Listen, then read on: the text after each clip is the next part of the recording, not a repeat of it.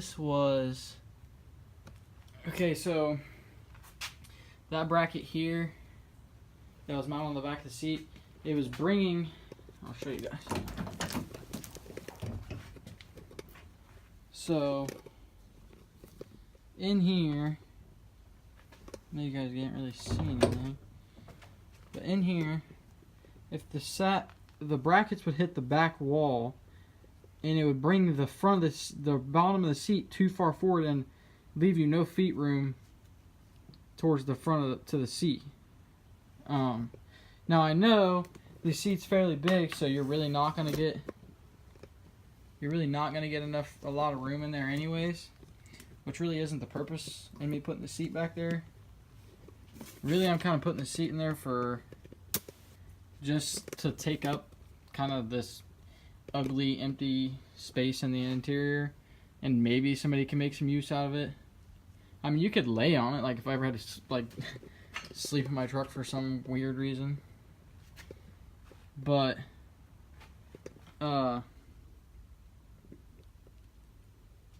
yeah, so that's why we cut that off. We're gonna test fit it back in. I'm highly doubting that we're gonna be able to get the seat back to be in there as well.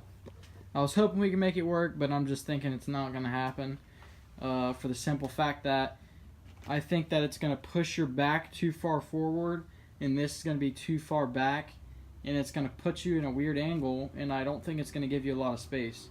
We'll try the seat back in there again after we try this, but I'm doubting that it's gonna work. All of the people I've seen that do the back seat swaps, typically there's like they just put the cushion bar across for your back. If we can make those work, that's awesome, and we'll try it. If not, it's not the end of the world. So yeah, we're gonna try that real quick and see how it goes. But if we wrecked this thing, I feel bad for whoever would be back here. It's really not that bad. If we can somehow make this seat work in the position that it's in, and make that seat work in a forward position, because this doesn't even look that close from here, but I don't know. Because this as a passenger would not be that bad.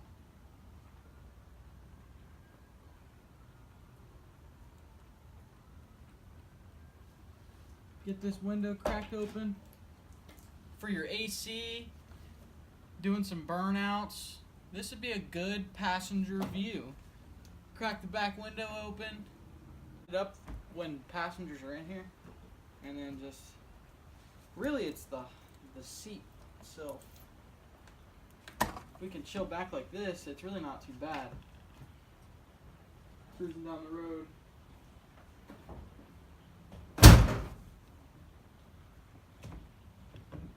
Although the steering wheel will be much farther out once we get it together. Let's see.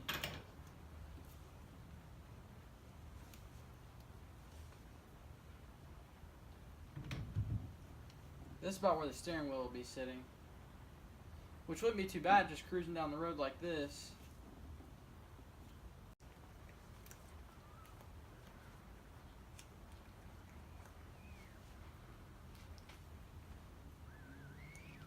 So when Grandma gets in here, we'll just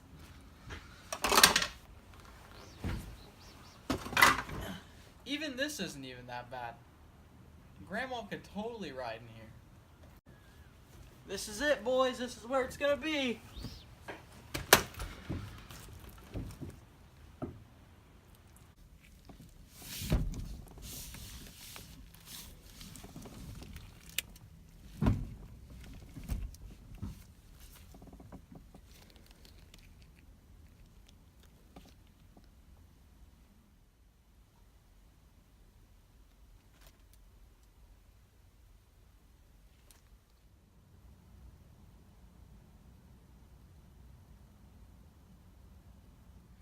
Alright guys, so we're just gonna walk through the progress that we've made on the truck since you've last seen us.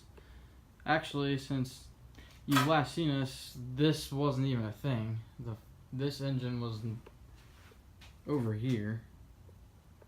So, got the engine in, obviously. It runs, starts, shuts off, does everything it needs to do, doesn't leak anything, just like we wanted it to.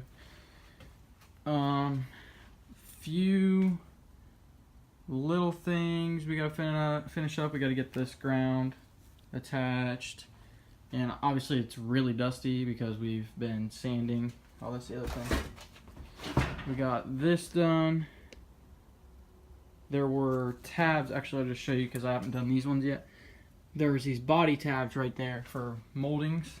We grinded all those off and filled in all the scratches. What we did was we grinded these down. Then we put corrosion and rust proof primer down, and then we put build up primer or filler primer down over top of that to fill in. And then this door, they bondoed. There was a dent right here, and it was able to be tapped out from the inside of the door, but the people that owned the truck or this door before just didn't care to tap the dent out, I guess, so they just filled it in with Bondo. So we grinded the Bondo off, put some build-up primer over all of the marks, put some build-up primer up here. So the door is ready, fender's ready. That's as far as like body work as this goes. We're done. The rockers still have to be done, which the truck has to be running and moving for me to do those, because I'm going to take it somewhere else to get the rockers done. So really, the only thing keeping us from driving this truck out of the garage is this upper ball joint. Let me turn the flash on. Okay, so as you can see, we tried to take the ball joint out. There's a special tool to do it. Which we didn't know. So we went and bought this big crescent wrench and tried to do it with a crescent wrench, and it just didn't work out. So then we tried a monkey wrench, that didn't work out. So we tried cutting a slit in the side of the ball joint and taking a flathead and kind of chiseling it to rotate it. Won't budge. We've heated it up. We've done everything. Tried welding a nut on top of it. Tried twisting it that way. Just won't move. So we ordered what we thought was the special tool to take the ball joint out. And turns out this special tool we ordered was too small. Apparently there are different sizes of this special tool. Usually special tools are called special tools because they're one of a kind, but we'll just leave it at that. Anyhow, this special tool is like a square socket to get the ball joints out. Long story short, we got one too small. We got one that was like 1 64 1/76. I don't know the exact number. But we need a 2 1/8. It's like a 2-inch socket. So I think we're going to order that tonight because we still have to do this ball joint on this side because the threads got messed up when we pulled the bolt off from the threads, pretty much from the ball joint just being rusty. The other thing is we got a leveling kit in on this side. As you can tell, the truck sits a lot taller in the front. Not that I didn't really like it low, but if we ever want to run a wheel that's a little more offset in the front, we would have a hard time clearing anything. And I really don't want to chop the fenders up on this thing. But we kind of cleaned up the suspension on this side and put new shocks in. And obviously the leveling kit and new isolator pads, which we got from Moog. Here's the part number on that. And it raised it up about 3.5 inches, which it actually raised it up more than that. But the shocks were too short, so when I bolted them in, it pulled the front end down. so I have to get longer shocks or shock extenders. I didn't think about it when I ordered them that I would be putting a leveling kit on it. So that's done. Our drive shaft, that's one other thing. Drive shaft's in. Got it cleaned up and painted up. Rear shocks are in. So that's done. Pretty much, we got our steering wheel on. That's permanently attached. The only thing keeping it from driving out of this garage is this suspension over here. And we have a brake line leak. For some reason, a while back, I was doing brake line on this. The caliper fell and broke the brake line hose. So I went and bought a brand new brake line hose. And where the copper washer and the new brake line hose bolt to the caliper, it just doesn't want to seal properly. And I've heard this happen a lot. And I guess the fix would be a new caliper. But I kept having issues with it when I originally did it. And eventually it just sealed. And I never had any more problems with it ever again. Well, we took this side apart, and for some reason, just taking it apart caused it to start leaking again. So either we're going to have to try to get it to stop again or order a new caliper for it. I don't know. But the damn truck won't even stop if we fucking just leave it how it is. So I'd really rather not get this thing fucking running and crash it into the damn door or something. So we have to address that after we address the suspension over there and get the leveling kit in over there. And then obviously we got to get the hood on. Once we get it moving, we'll move it out of the garage, put the bed on it. Once the bed's on it, goes off, gets the rockers in it. After the rockers are in it, oh, the other thing is we got to clean this shit off. But once the rockers are in it, the color of this truck changes. Not going to say to what, to how it's going to be changed. You guys will just have to see. I'm going to try to make it a surprise, I should say. But yeah, that's the progress on the truck. For those of you that care. Yeah, so I mean, everything's put together pretty much. We've made a lot of progress since we've made a video. That driver door is a new door, by the way. That is the new door we picked up. So I have an operating door. And the other thing,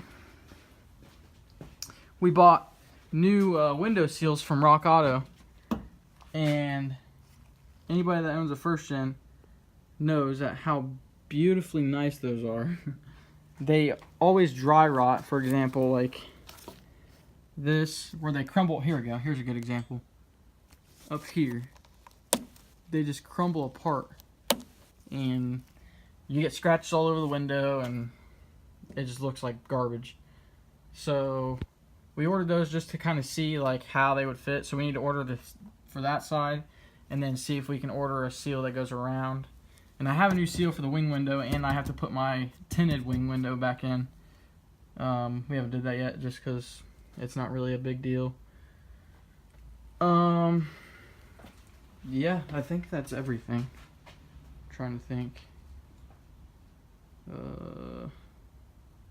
We're gonna put our hood back on for the time being until we get ready to do the makeover, I should say, the color change. Then we'll put the hood without the hole in it on, and then we'll put our exhaust back on. Not that the hood stack won't be gone forever, but I don't want to ruin the truck after I just, you know, it's hard to explain. You guys will see. Door panels. That's the other thing. You guys remember the trip? We went out to get the door panels, and I got back and realized he gave us 2 driver side door panels. So we have to go back out there he said it was a mistake, which I completely understand. I didn't even notice myself. So we're going to go back out there. He's going to give us a passenger side one, and then he's giving us a passenger side black tail light, because we have one that's in good shape, and he's going to sell us another one. So we have a pair, because the ones on the truck were like chrome and they looked shitty and the chrome was peeling, and I'd much rather just have the black. Okay. The back seat is where it's going to be. It looks, I mean, it's a little higher right now because it shifted around when I was putting stuff on it. But this is the idea of what it's going to look like. We cut the backrest off, as you guys seen, and slid it back far enough. It's not going to be, I never expected it to be some comforting ride or anything, but I figured it's something better than an empty back. I just wanted something back there, and people can still sit back there. I mean, it won't be the most comfortable thing in the world, but they'll live with it. So I don't have a lot of friends anyways that would even be right back there, so we'll have a sub right there. Or actually, we might put subs under the seats for a cleaner look, because I mean, before we couldn't put subs under the seats because there was never a seat back there. So we might just put a sub box under for like a little sleeker look, not so hood rat looking. And then yeah, so alright guys, sorry that this was like all talking, but I know it's been a minute since we've made a new video, and so I just wanted to make a little update video, let everyone know what's going on. Mind you, everything on the engine is on it temporarily until all of the body work and everything is done. We already have some of our performance parts on order. I'm not gonna say what they are, you guys will have to see, but so expect to see that in the future. Just wanted to get it up and running now, get it out of the garage, get the bed on it, and get started with its change in color.